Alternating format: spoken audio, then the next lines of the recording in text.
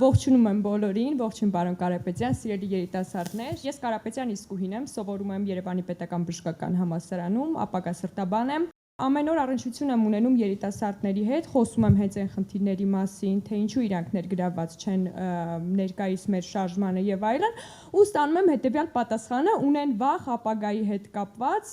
անվստահության ինչ-որ քող կա, հա, բոլորի վրա։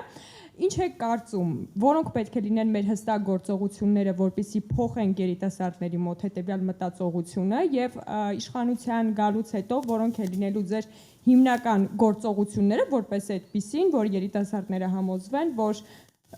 իրենք ճիշտ ընտրություն են կատարել։ Դուք առաջ երթին պետք է փոխեք Փաշինյանին։ Մենք բոլորս ուզում ենք փոխենք Փաշինյանին։ Դրանից հետո ինձ թվում է շատ ավելի հեշտ է լինելու մտածել բոլոր այլ հարցերի մասին,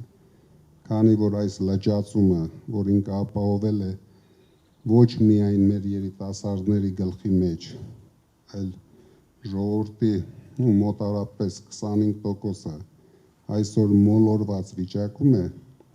այ դուք դա պետք է փոխեք, դուք պետք է համառորեն խոսեք, համառորեն պայքարեք, որովհետև առանց դրա, առանց ձեր պայքարի, նորից եմ ասում, մեզ շատ դժվար է լինելու։ Պետք է առաջի քայլը միասին անենք։ Երկրորդ քայլի մասին չկասկածեք։ Ես միշտ եղել եմ իմ խոսքի տերը, հիմա էլ վստահեցնում եմ, որ շատ ավելի հեշտ է լինելու հաջորդ քայլերը։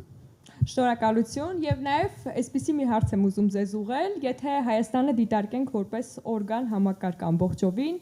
ամենախոցելի օրգանը եւ ամենավիրավորված օրգանը որն է այսօր ըստ ձեզ։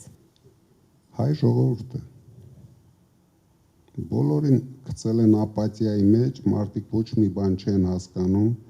ընդամենը առավոտից իրիկուն իրենց ստերով կերակրում են, մարդիկ ռեալ մոլորված են։ Մարդիկ չեն պատկերացնում իրենց վաղվա օրը, չեն պատկերացնում, որ վաղը մենք Հայաստան չենք ունենալու։ Իրենք ամեն մեկը փորձում է իր այսօրվա խնդիրը լուծել, բայց մենք ազգ ենք, որ պետք է նայենք ապագային,